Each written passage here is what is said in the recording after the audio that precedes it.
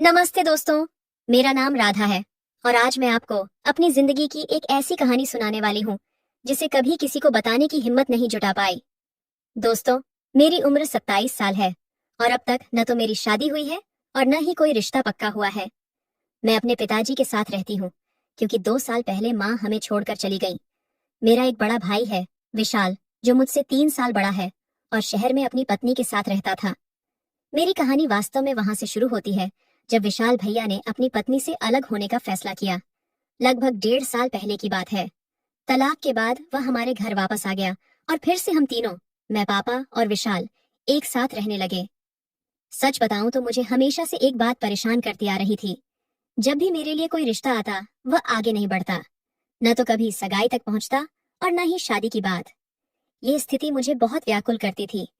मेरी उम्र की सभी सहेलियां न सिर्फ विवाहित थीं, बल्कि उनके बच्चे भी हो गए थे। और मैं अभी भी अकेली थी, न कोई जीवन साथी, न कोई विशेष अनुभव। अब मुझे ऐसा लगने लगा था कि मेरा समय बीता जा रहा है। इस विचार से मैं अक्सर अपने कमरे में अकेले बैठकर आंसू बहाती। मैं खुद से पूछती, ऐसा क्यों? क्या मुझ में कोई कमी है? मैं तो सुंदर हूँ, अपना ध्यान रखती हूँ, समाज में घुलती मिलती हूँ, फिर मेरे लिए अच्छे रिश्ते क्यों नहीं आते? कभी कभी तो मन में यह विचार भी आता कि शायद किसी ने मुझ पर कोई टोटका कर दिया है। इन सब विचारों से मैं मानसिक रूप से टूट रही थी। लेकिन जब विशाल भैया अपनी पत्नी को अपना फ्लैट देकर हमारे पास लौट आया तो मुझे थोड़ा सुकून मिला। मुझे लगा कि अब मेरा भाई मेरा साथ देगा, क्योंकि अकेलेपन में मैं बहुत ऊब जाती थी। पापा तो शाम होते ही अपनी दवाइयां लेकर सो जाते थे और मैं अकेली बैठी रहती। हालांकि भाई और भाभी के तलाक से मुझे दुख भी था, क्योंकि मुझे भाभी बहुत प्यारी लगती थी। विशाल भैया ने कभी नहीं बताया कि उनके बीच क्या हुआ था। बाद में पता चला कि वजह थी भाभी की अफवाहें फैलाने की आदत। वे हर किसी की बातें सुनती और फिर उन्हें इधर उधर फैलाती रहती। लोगों ने जब विशाल से इस बारे में शिकायतें की तो उसे बहुत ठेस पहुंची। विशाल भैया ने कई बार अपनी पत्नी को समझाया, अपने घर पर ध्यान दो, दूसरों की जिंदगियों में झांकना बंद करो, लेकिन वो नहीं सुनती। हमेशा कहती, मेरी सहेली की भाभी के पति ने उसे नया फोन दिलाया। हमारे पड़ोसी अपनी पत्नी को शिमला घुमाने ले गए। वह अपनी जिंदगी से संतुष्ट नहीं थी और हमेशा विशाल भैया से शिकायतें करती रहती। उस समय विशाल भैया की आर्थिक स्थिति भी अच्छी नहीं थी, जिसे भाभी स्वीकार नहीं कर पाई और अंततः तलाक मांग लिया। जब विशाल भैया हमारे साथ रहने आया तो धीरे धीरे हम एक दूसरे के करीब आने लगे। हम दोनों दोस्तों की तरह हो गए। हमारे पास और कोई मित्र भी नहीं था, वह भी अकेला और मैं भी अकेली।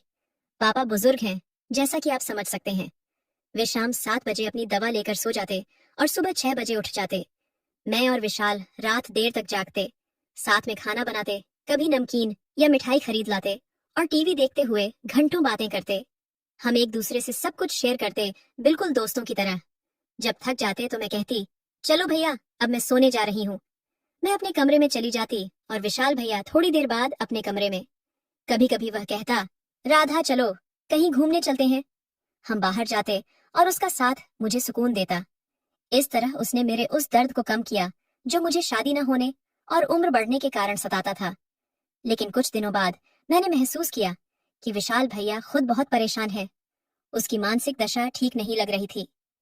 कई बार मैंने उसे अपने कमरे में अकेले उदास बैठे देखा। मैं उसके पास जाकर पूछती, भैया क्या हुआ?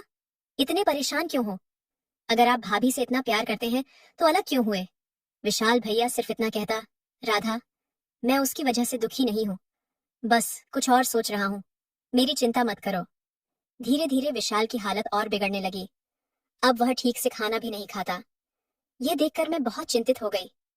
पहले वह मुझसे बाहर चलने को कहता था, मेरे साथ खूब बातें करता था, लेकिन अब वह हमेशा अपने कमरे में ही बंद रहने लगा था। मुझे समझ नहीं आ रहा था कि आखिर उसे हो क्या गया है।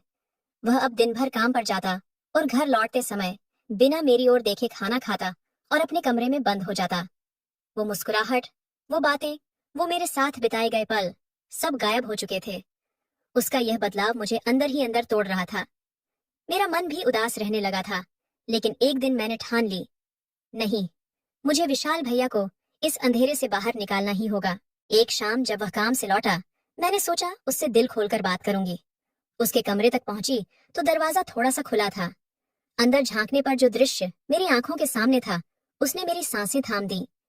विशाल भैया अपने लैपटॉप पर अश्लील फिल्म देख रहा था। स्पीकर की आवाज इतनी थी कि मुझे सब कुछ साफ सुनाई दे रहा था। मैं जैसे पत्थर बन गई थी, न पांव हिला सकती थी, न नजरें हटा पाती थी। उसकी आंखें स्क्रीन पर जमी थीं और उसके हाथ, मैं समझ गई थी कि वह क्या कर रहा है। किसी तरह खुद को वहां से खींचकर अपने कमरे में लौट आई। अपने बिस्तर पर बैठी तो दिमाग में वही दृश्य बार बार घूम रहा था।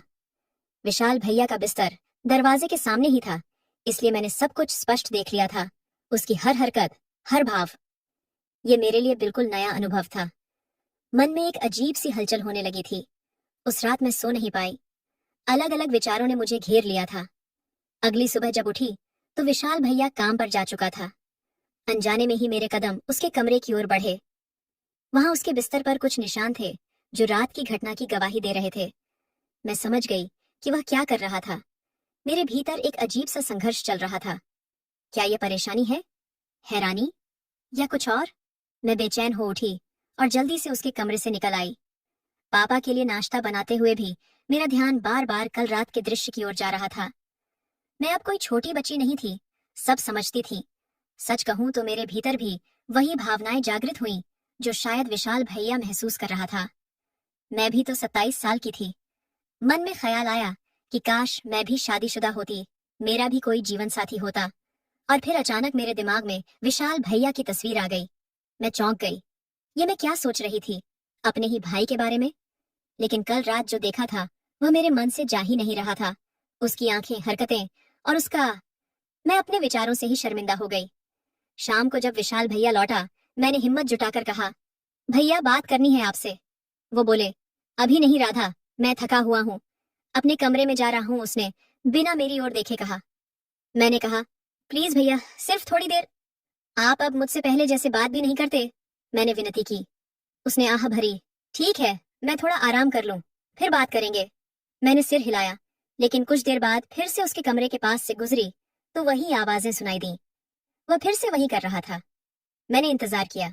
जब वह बाहर आया, मैंने सीधे उससे पूछा, भैया आप कब तक ऐसे रहेंगे? मैं आपकी हालत देखकर बहुत परेशान हूँ। उसने गहरी सांस ली। राधा, मुझे लगता है मुझे फिर शादी करनी चाहिए। मैं मैं तंग आ चुका हूँ अकेलेपन से। मैं समझती हूँ भैया, मैं भी तो यही चाहती हूँ अपने लिए, मैंने धीरे से कहा। फिर भैया, तुम अभी छोटी हो, उसने टालने की कोशिश की। मैं बोली, नहीं भैया, मैं छोटी नहीं हूँ, 27 साल की हो गई हूँ। फिर मैंने हिम्मत जुटाई और बोली, भैया कल रात मैंने आपको देखा था, वो फिल्में देखते हुए। भैया के ऊपर जैसे बिजली गिरी हो, उसका चेहरा लाल हो गया। क्या बकवास है ये? तुम मेरे कमरे में झांकती हो? कैसी बहन हो तुम? उसकी आवाज लगभग चिल्लाहट थी। उसके शब्दों ने मुझे छलनी कर दिया। मैं फूट फूट कर रोने लगी और भागकर अपने कमरे में चली गई। दरवाजा बंद करके मैंने अपने आंसुओं को आजाद छोड़ दिया। मैं क्या करूं? क्यों इतना अकेलापन? क्यों इतनी उलझने? 10 मिनट बाद दरवाजे पर हल्की सी दस्तक हुई। वह विशाल भैया था। उसने धीरे से मेरे कंधे पर हाथ रखा और बोला, राधा प्लीज मत रो। भैया, मुझे आपकी बहुत चिंता होती है, मैंने अपने आंसू पोंछते हुए कहा। मैं आपको ऐसे दुखी नहीं देख सकती। मुझे अपना भाई वापस चाहिए, वो जो हंसता था, मुझसे बातें करता था। विशाल भैया ने मेरी ओर एक अजीब नजर से देखा और बोला, राधा कल रात जो तुमने देखा वो तुम्हारे मन से नहीं निकल रहा है ना? मैं सच कहूं तो असहज हो गई भैया। मैंने पहली बार ऐसी चीजें देखी हैं। क्या क्या शादीशुदा लोगों के बीच ऐसा ही होता है? मेरी बात सुनकर विशाल भैया की नजरें बदलने लगीं। उसने मुझे पैरों से लेकर सिर तक देखा, ऐसे जैसे अब तक कभी नहीं देखा था। मैं उन नजरों के सामने खुद को कमजोर महसूस करने लगी। राधा, क्या तुम मुझसे करीब आना चाहती हो? उसने धीमे स्वर में पूछा। उसकी बात सुनकर मैं स्तब्ध रह गई। बोल ना पाई। कुछ पल सिर झुकाकर खड़ी रही, फिर हल्की सी मुस्कान के साथ सहमति में सिर हिला दिया। सच कहूं भैया, मैं भी वो आजमाना चाहती हूँ, मैंने शर्माते हुए कहा। लेकिन एक